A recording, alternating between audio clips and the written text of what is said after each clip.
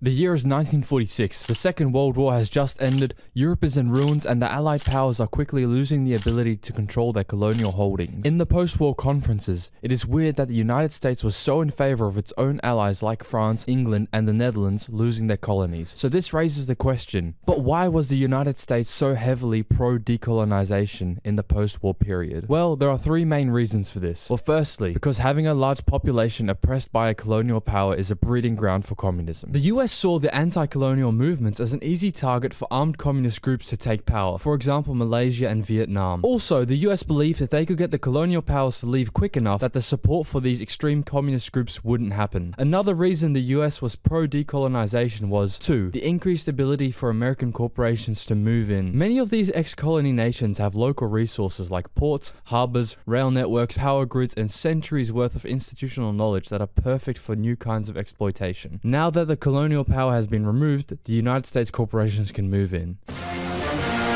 And thirdly, the UK/French Suez Crisis in 1956 highlighted the Allies' inability to control their colonial holdings. The US also, and rightfully, identified that there were more pressing issues in the world than the UK and France attempting to maintain control over their colonies. The crisis occurred at the same time as the Hungarian Revolution, which massively threw off US objectives at the UN at the time. It effectively gave the USSR a get-out-of-jail-free card by being able to brush off US accusations of Soviet imperialism because of the behavior of America's allies. It was this that infuriated Eisenhower the most, who needed his allies to be focused on containment of the Eastern Bloc and communism. This would eventually lead to the Eisenhower Doctrine, which would increase US involvement in foreign politics. Thank you for watching. If you've enjoyed this video, please subscribe and click here if you want to know how a submarine was defeated by a fishing boat in 1998. Also, don't forget to join the Discord down below.